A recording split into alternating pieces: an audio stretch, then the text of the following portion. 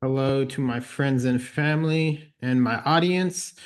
This is Sunny Sharma with India Insight with Sunny Sharma, and my YouTube channel is Sunny Sharma at India Inside Movement. Thank you for all of you who've joined me with my 10-part series on Black History Month, where we looked at some of the most prominent intellectual, social, and political ideas of some of the greatest Black luminaries throughout American history since the founding of the American Republic around 1776, all the way up to the seminal election of Obama in 2008. And I realized that even when making my concluding remarks, I left out some very important highlights, which I want to include now. Basically, I want to include the major themes and lessons from Black history and how President Barack Obama is the fruition of many of these ideals.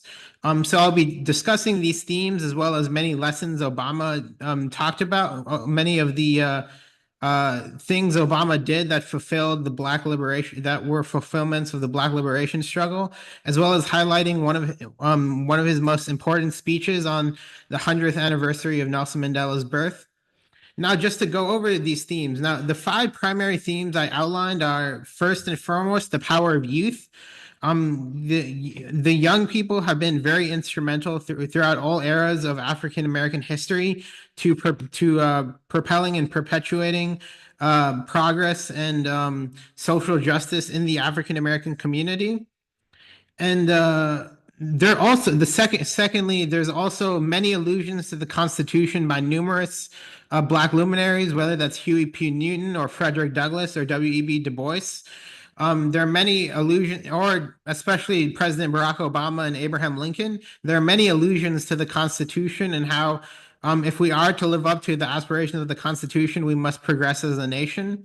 And many of these ideals, such as e pluribus unum, equality, and brotherhood, are highlighted. Another cornerstone to the Black tradition is spirituality, which is alluded to as well in throughout African American history, especially through the anthology. The church was the primary vehicle for social justice, and in our given era, it still is a very strong advocate for social justice, whether that is through the faith of abolitionists all the way over to Dr. King's love, as faith and love are crucial to transforming the human condition. For the fourth primary theme is hope and progress, which are basically President Obama's primary ideals. This goes back to Cornel West and President Obama's and many other Black luminaries' affirmation that hope is the primary ingredient to the survival of the Black community or any community in general. It's not exploitation or subjugation that we have to look out for, but of nihilism, the loss of meaning and purpose, which is the greatest threat to the existential threat to the survival of any community. And the fifth primary theme is the demand for voting protections that transform the conditions of the Black community. This is something I really underestimated until I really looked at Black history. I was really unaware that even since Frederick Douglass and even before Frederick Douglass, many Black people called for voting protections even before the civil rights movement. And Frederick Douglass famously said that if we do not push for the vote in the mid 1800s, we would have to wait for a century later until the same disposition would come about. So Frederick Douglass predicted that the voting rights would not be protected until a century later because African Americans were not able to push for it, or abolitionists or African Americans were not able to push for it initially. And now for the other 15 themes. The united front against private capitalism through integrated unions, especially as Blacks migrated to the North and entered the workforce. Throughout Black history, there was a push for, especially many Blacks who adopted socialist theories and propositions, that there has to be a united front of Black, white, and other people, of poor and rich, and of all a rainbow coalition, really, to fight against private capitalism. And this primarily happened through the formation of unions, especially during the civil rights era. Also, there was the rise in Black feminist thought and women leadership in the modern era. This is especially evidenced by contemporary thought, 1975 to the present. Number 8, the spirit of abolition. As I stated before, the faith of abolitionists that helped reshape the nation. The spirit of abolition, which is needed even in the present day against evolving underlying apparatus of injustice, slavery to Jim Crow segregation, to the new Jim Crow expansion of private for-profit mass incarceration system. And this has really been articulated through the critical examination and demands for the abolishment of prisons during the civil rights era and onwards by figures such as Dr. Angela Davis through her book, Are Prisons Obsolete? And in the modern era by one of her proteges, Dr. Michelle Alexander, The New Jim Crow, Mass Incarceration in the Age of Colorblindness of 2010. Number 10, there's a big theme of the necessity to teach objective Black history, bringing the marginalized to the center of discourse. And I'll talk about that further through Afrocentricity, which I will later talk about. There's several tensions existing in the early 1900s. In the early 1900s, there was a tension between the pluralist integration of W.E.B. Du Bois, NAACP, and Frederick Douglass versus Booker T. Washington's self-help and capitalist economic self-reliance versus Marcus Garvey's UNIA Black Diaspora Declaration of Rights versus radical Marxist revolution. So there are several different perspectives which may have been overlapping in many ways between how Blacks and other people should approach liberation for all people and fraternity and equality. There also were tensions during the civil rights era between Dr. King's precedent, democratic socialism, revolution of values, realization of the beloved community, and active nonviolent civil disobedience, versus Malcolm X's scathing rebuke of capitalism, white political opportunists, social vices of the Black community, and Black diaspora disunity, especially through Malcolm X's creation of the Organization for Afro-American Unity, which united the African-American diaspora with the Black diaspora in Africa, versus Black power, Black cultural nationalism, and socialist revolution, which was expressed through many Black Panther members as Huey P. Newton and Fred Hampton. Another important theme is the birth of the civil rights victories in Georgia and Alabama, especially in Alabama, which is really the center for the civil rights struggle. You know, in 1955 to 1956, they desegregated the bus ticket in Montgomery and Birmingham.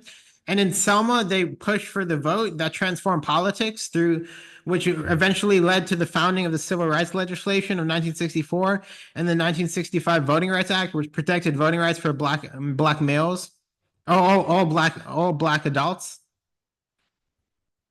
And broadly speaking, number 14, there was a demand for economic and political revolution from the main civil rights strategists such as John R. Lewis, Bayard Rustin, Reverend James Lawson, Reverend Ralph Abernathy, C.T. Vivian, Ella Baker, Fannie Lou Hamer, Medgar Evans, and others.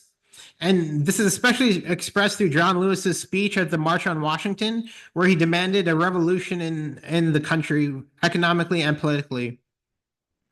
And there are also groundbreaking concepts academically through Martin R. Delaney, who coined Africa for Africans during the age of abolitionism. Dr. Molefi Kete Asante reoriented education towards underrepresented Black history through what he called Afrocentricity. Reverend James Lawson describes American monetary desperation and financial insecurity, especially for poor and young people, as plantation capitalism. And Dr. Bell Hooks sought to undermine all hierarchical systems, whether they be based on class, gender, or race, in her efforts to expand on Black feminist thought of previous Black luminaries. Also, number 16, there are other organized agitation movements to integrate society, sit-ins, bus rides, voluntary jail packings, versus periodic rise in Black nationalism, contributing to the tearing down and dismantling of local infrastructure out of animosity. There are riots in Detroit and many other areas around the nation in the late 1960s, especially in response to the death of Martin Luther King. And there was a rise in nationalism also due to, in the early 1900s, the destruction of Black communities such as Elaine and Tulsa, Oklahoma, by white mobs and the KKK, especially in the late 1800s to the 1960s. Due to the civil rights legislation passed in 1965, there's implementation of social welfare and far-reaching affirmative action for Blacks and many other minority groups. Number 18, there's a declaration of basic aspirational human rights, housing, healthcare, jobs, an end to segregation in public and private institutions, schools, restaurants, and prisons, an end to poverty seen through the 1968 Poor People's Campaign led by Dr. Martin Luther King Jr., a significant challenge against the war finance nexus, such as the Vietnam War and Iraq War, that supports costly, unjust wars, and the recognition of basic humanity and more. And there was big opposition to the war finance nexus, poverty, and racism, which were the revolution of values that Martin Luther King really advocated for. And many people opposed the Iraq War, such as Barack Obama, who was against the costly war and how it was. They didn't really find weapons of mass destruction, but they still went forward with the war anyways. There, number 19, there's an articulation of the downtrodden system of reality for African Americans on the one hand, and the rise in Black excellence in the White House on the other by creative social critiques in their given era by such writers as James Baldwin during the Civil Rights era and Ta-Nehisi Coates in the modern era. So they provide very new. James Baldwin and Ta-Nehisi Coates provide very nuanced and comprehensive explanations of the social critique of white oppression and how Blacks are viewed realistically and pragmatically in the social reality of America. And broadly speaking, there was a rise in the Black intelligentsia during the Harlem Renaissance of the 1920s and 30s, rise in Black electoral politics in the 1970s, ascendancy of Black bourgeoisie in the 1980s, and explosion of the Black middle class in the 1980s and onwards. And now to talk about President Obama and how through his Rainbow Coalition and advocacy, he's the fruition of many of these ideas.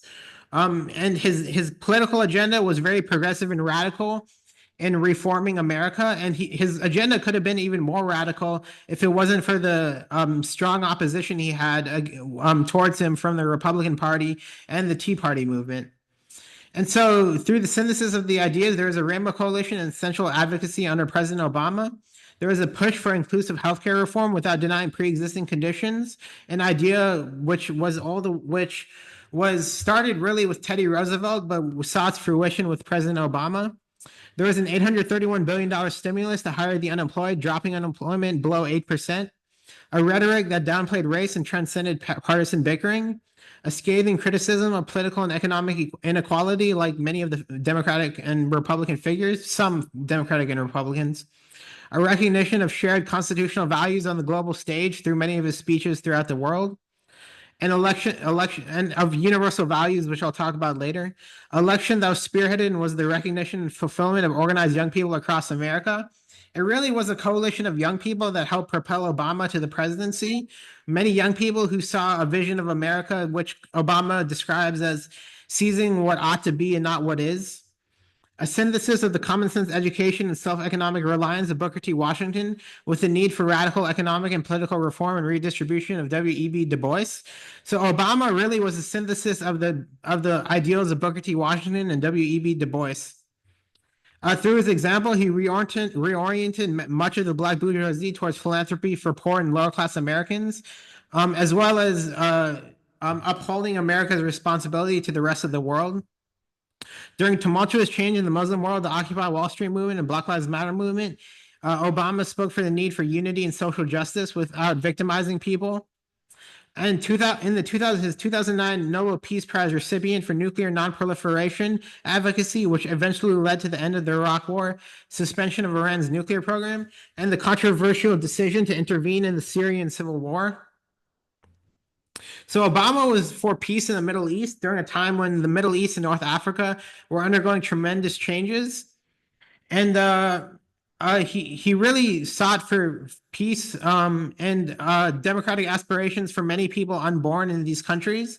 And he did not intervene in the conflicts, which in many cases would only become worse after Americans left these regions. So now to cover the several points that President Obama made on the speech on the 100th anniversary of Nelson Mandela's death. This was one of his most important speeches. He not only outlines how the establishment functions and how the establishment, though more diverse than it was in the past, still functions to benefit the developed world over the developing world in the global South, and that this must be remedied if our society is to progress more, and to challenge the crisis in civilization that Western civilization is facing. And one of the cures to this crisis is really to support the global South and developing nations for creating more equality and equity in the society. So first and foremost, Obama says our current society is healthier and wealthier than any other in history, even if the underlying system of injustice and inequality was never truly and fully dismantled. Obama says the politics of resentment and retrenchment is rising in response to modernity. As we see, there are right ideologues rising all around the world, and Obama expresses that in many cases, countries see the system of China and say maybe we should have a political and economic system like China, but in many cases, this would be ignoring the human rights of people in those countries. So President Obama insists countries that advance the liberal progressive ideal are ultimately more democratic, have a better narrative, and thus will triumph over the more authoritarian nations. He argues that fear, greed, and the need to dominate others threatens our civil liberties and human rights. He says that we must fight inequality to create lasting change because more economic inequality corresponds to increased partisanship, differences in political power, and less solidarity. So Obama always stood for transcending partisan bickering and partisanship, even in America and around the globe. And he saw that creating a more equal society will result in greater solidarity politically and economically.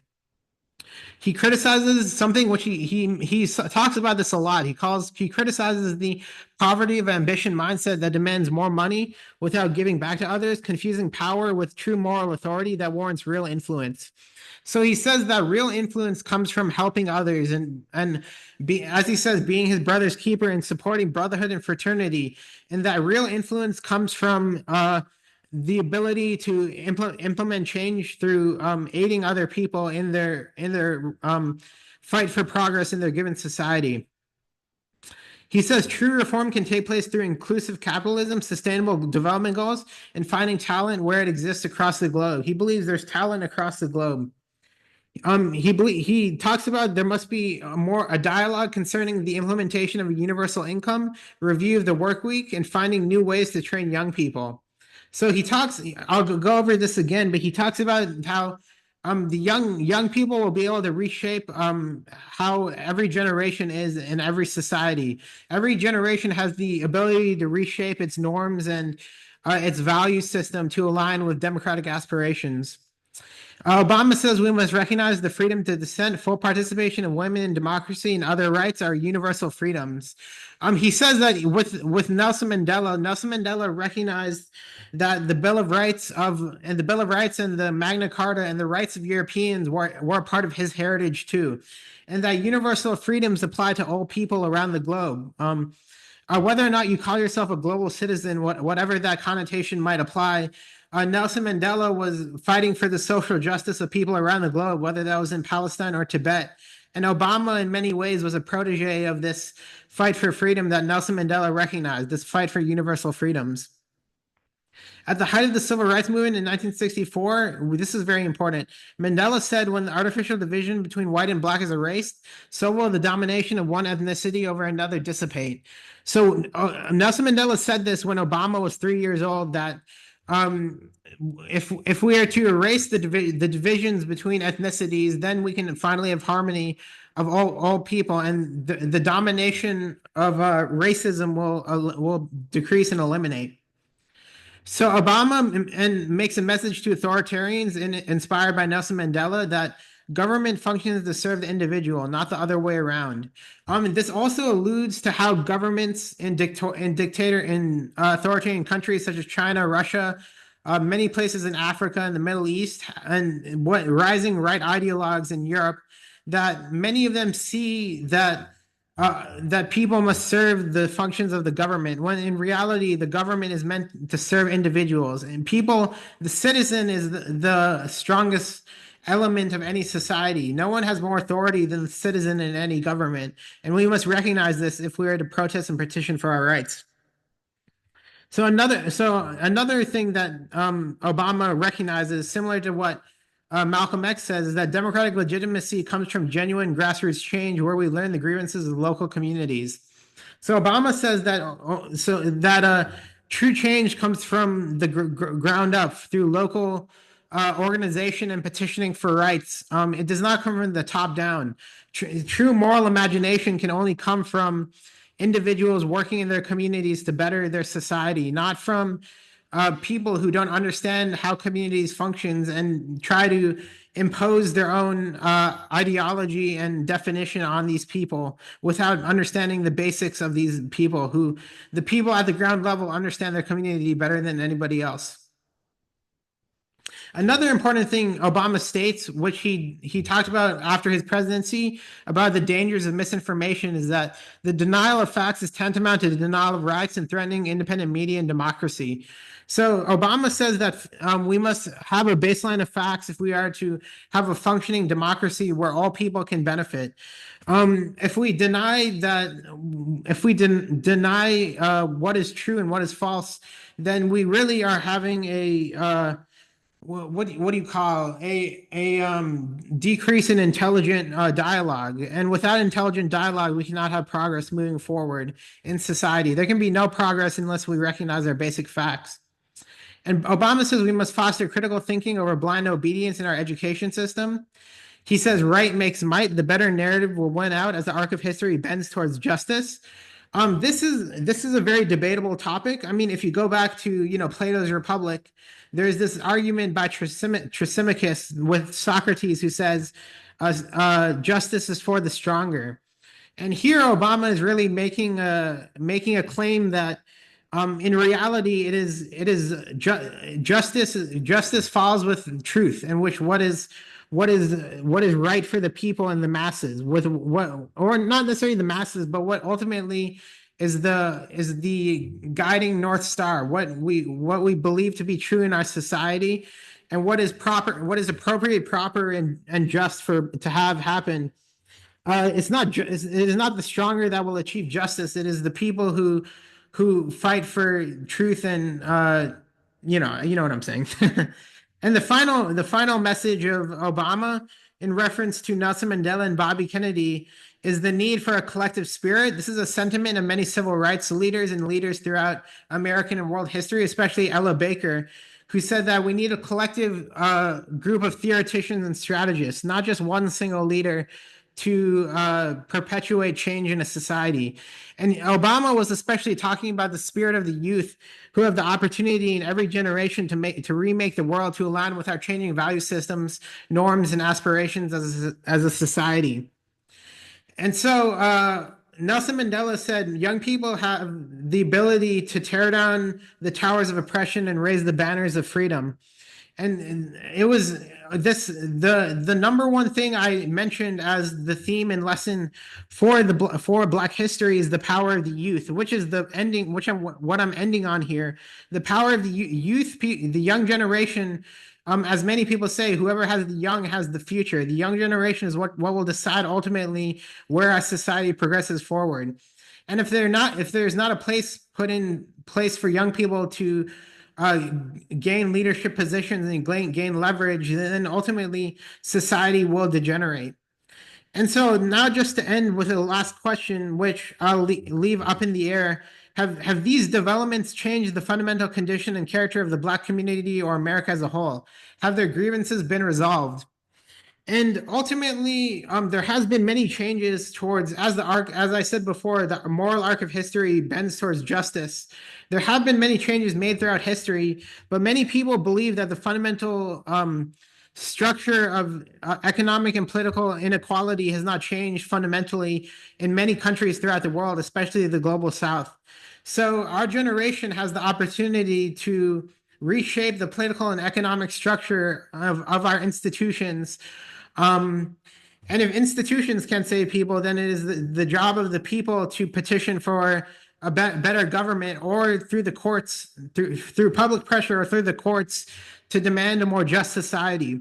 And unfortunately, our society has transitioned and swayed much towards right ideology, especially in America. There's a rise in right conservatism. And ultimately, this happens throughout history. As with the election of President Barack Obama, there is an intense opposition and backlash from the right Republican side.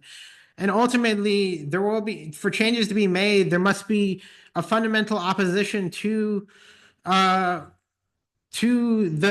ideologies that are there to subjugate the people, to propositions that serve to undermine civil rights, human rights, and democratic aspirations around the globe and in America.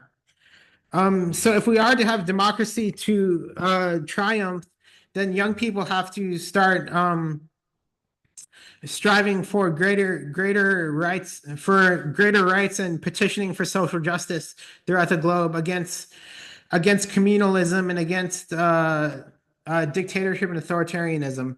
So I thank you for listening, and I hope you enjoyed this not final, but my discussion on Black themes and lessons from one of Obama's most famous speeches on the anniversary of 100th anniversary of Nelson Mandela's death. So I thank you for listening, and I leave you with peace, love, brotherhood, and justice. Bye.